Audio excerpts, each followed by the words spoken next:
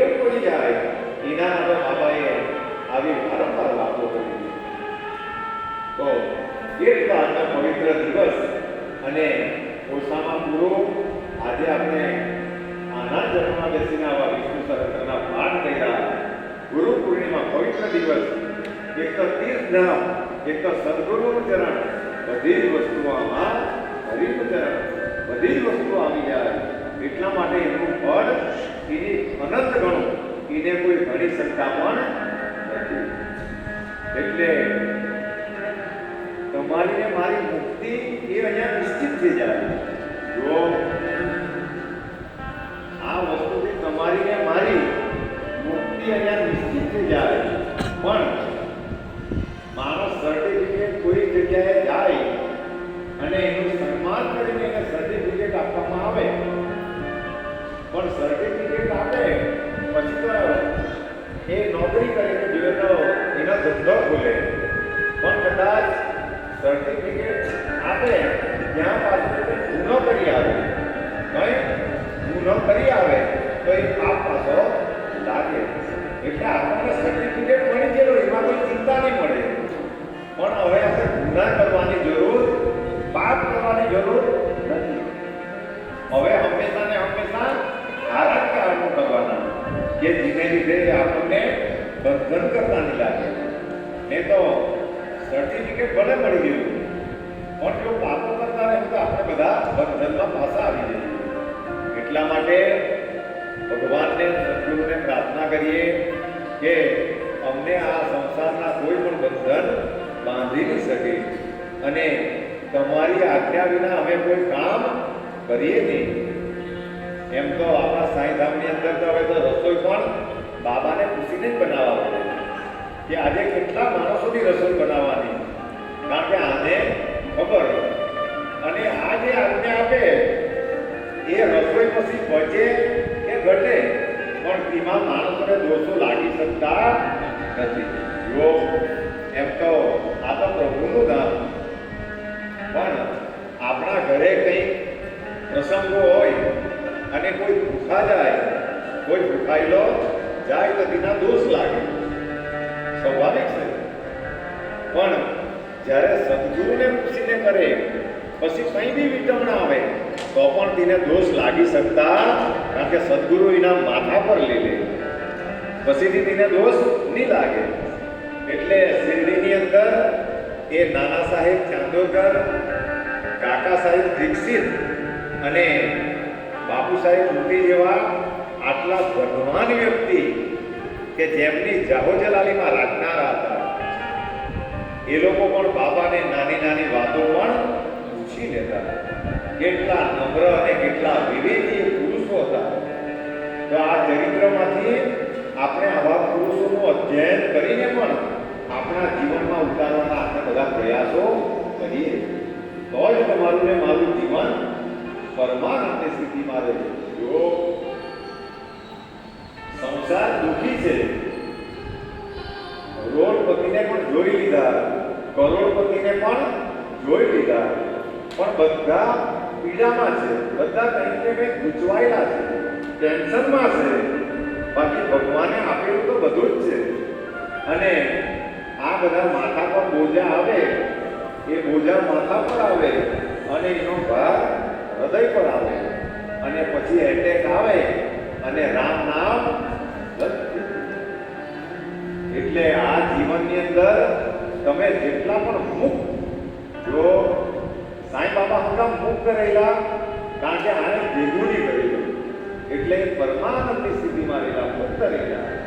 અને આપણે આનું પડાવી લેમ, તેનું પડાવી લેમ, ભેગું કરું, દુનિયાને બતાવું કે મારા પર આ સંપત્તિ છે, મારા પર તેને બંગલા છે, પણ એ બધી બોજા આપનારી વસ્તુઓ છે. જીવનનું કલ્યાણ જો કરવું હશે તો એ જ પૈસાથી તમે જીવોની સેવા કરીને, સારા કાર્યો કરીને જીવનનું પરમ કલ્યાણ કરી શકે. ને તો જીવનનો ફાયદો, જીવનનો કંઈ પણ ફાયદો નહીં મળે. માણસ કદાચ 18 વર્ષની ઉંમરે પણ નોકરીએ લાગે તો એના 21-22 વર્ષે લગ્ન થાય કે 25 વર્ષે લગ્ન થાય એ લગ્ન કરે એટલે 2-5 વર્ષ એનું દેવું ભરવામાં કાઢે, પછીથી ઘર કદાચ બનાવે તો એનું દેવું કરવામાં 5-10 વર્ષ નીકળી જાય, એટલે ત્યાંથી 40-45 વર્ષનો થઈ જાય. અને પછી એને મન થાય કે હવે ગાડી લેમ, બીજો બંગલો લેમ, જમીન લેમ, અને એનું બધું ભરપાઈ કરવામાં 60 વર્ષ પૂરા થઈ જાય. અને એ કમાવામાં આપણે બાળકોને સંસ્કાર આપવાના ભૂલી જાય. તો આ બહુ મોટી વસ્તુઓ છે, બધા ધ્યાનથી સાંભળજો. કમાવાની લાઈમાં આપણે બાળકોને સંસ્કાર આપવાના ભૂલી જઈએ, અને કંઈથી બધું મેળવાઈ પણ જાય, આ બાજુ શરીર ઠેકાણે પડી જાય, અને કંઈથી બાળકો પણ બગડી જાય. એટલે પછી આ જીવન નરક જેવું લાગે. પછી તો ખરાબ દિવસો આવે. પછી કોઈને પગ દુખે, કોઈને હાથ દુખે, કોઈને માથું દુખે. પછીથી બાળકો બગડી ગયેલા હોય તો પાછું ટેન્શન આવે. એટલે પછીથી કોઈ સુખ ભોગવી શકતા નથી. એટલે બાબાને પ્રાર્થના કરીએ કે હમણાં અમારી બધી રીતે સ્થિતિઓ અનુકૂળ છે, એટલે આનંદ પણ કરી લઈએ, ભક્તિ પણ કરી લઈએ, દાન પુણ્ય પણ કરી લઈએ, અને હરિનું સ્મરણ કરતા કરીએ. જો તમે ભગવાનનું નામ લેતા કદાચ કામો કરે તો એ કામ પણ ભક્તિ બની જાય. એટલી આ પવિત્ર વસ્તુ છે. પણ મંદિરમાં ભગવાનના સદગુરુના ચરણમાં બેહીને પણ આપણું ધ્યાન ભટકે તો કામ કરતા તો કામ બધાને નામ લેવા. પણ જેટલો સમય છે એટલો તો આપણે ઉપયોગ કરી લેવો જોઈએ. નહીં તો એકવાર દેહ આટલામાં પડે પછી છોકરાઓ માટે તમે કરોડ રૂપિયા પણ ખર્ચેલા હોય, પણ તો પણ છોકરો આપણી સારી રીતે સેવા કરી શકતો નથી. કારણ કે આજનો સમય એવો છે કે છોકરાને પણ ટાઈમ નહીં મળે. માય બાપુની સેવા કરવામાં છોકરાને પણ ટાઈમ નહીં મળે. તો પછી આ પેદા કરેલા કામના છોકરાઓને પેદા કરેલા કામના અને ગળપણની અંદર માય બાપ માટે જો ટાઈમ નહીં મળે તો આપણું જીવન પણ નકામું છે. આપણું જીવન નકામું છે. એ નકામું એટલા માટે લાગે બધાને કે જ્યારે આપણે વડીલ થવું, આજે તો માય બાપ માટે નહીં મળે, પણ જે દાડે પોતે માય બાપ બનશે અને એ ખાટલામાં પડે જીવન પીડાય નકામું લાગે. એટલા માટે આ દરેક વસ્તુઓ પર કાળજી રાખવું પડે. નહીં તો બધા કહીને અમને સમય નહીં મળે, અમને આ નહીં મળે, મૃત્યુ પાયમાં જો જેટલા ઉતાવળ કરવા ગયા એટલા બધા રોગને અને મૃત્યુને પામ્યા. અને જે માણસો જેમણે શાંતિ રાખી જીવનની અંદર શાંત રહ્યા, કોઈ પણ ઉતાવળ નહીં કરી અને આવી સેવા કરી, ભક્તિ કરી, તે લોકો પરમ સુખને પામી થઈ ગયા. નહીં તો ફેક્ટરી વસાવામાં ટેન્શનો આવ્યા અને કોઈ આપઘાત કરી ગયા અને કોઈ બીમાર પડ્યા. આવી આ જીવની સ્થિતિ થાય. પણ આપણે બધા સદભાગી છે કે આપણે આટલા સરસ જેને સ્વર્ગ કહેવાય. જો સ્વર્ગ કેવું હશે તે તો જે ગયા તે પાછા આવી નહીં શક્યા.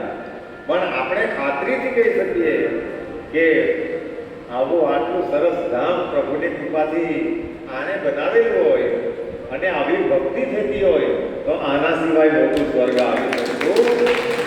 આ જ નારાયણનું ધામ. અને જ્યારે નારાયણની વાત આવી તો 2 મિનિટ માટે નારાયણનું પણ જો નારાયણની ધૂનો મુકામ બાબાને બહુ ગમતી, કારણ કે નારાયણ એ આપણો પાલન કરતા છે. એવું કહેવાય, સંતો એમ કહે કે નારાયણના સ્મરણ માત્રથી પણ તેમાં નારાયણમાં પછી આપણે જે ગાતા છે તે બધું આવી જાય. આપણો બાપ પણ આવી જાય, મા પણ આવી આવી જાય, ગુરુ પણ આવી જાય, સૂર્ય પણ આવી જાય, ચંદ્ર પણ આવી જાય, જે આપણે જાતા છે એ આપણા બધા અગ્નિ પણ આવી જાય, આ ભૂમિ પણ આવી જાય. કારણ કે આલોકની કૃપાથી આપણું એટલા માટે નારાયણ સ્વરૂપ કહેવાય. એટલા માટે તો સંતોએ આ ગુરુઓને બનાવેલી. તો આપણે પણ જે આપણું પાલન પોષણ કરી રહેલો છે એ નારાયણને મહેમાન માટે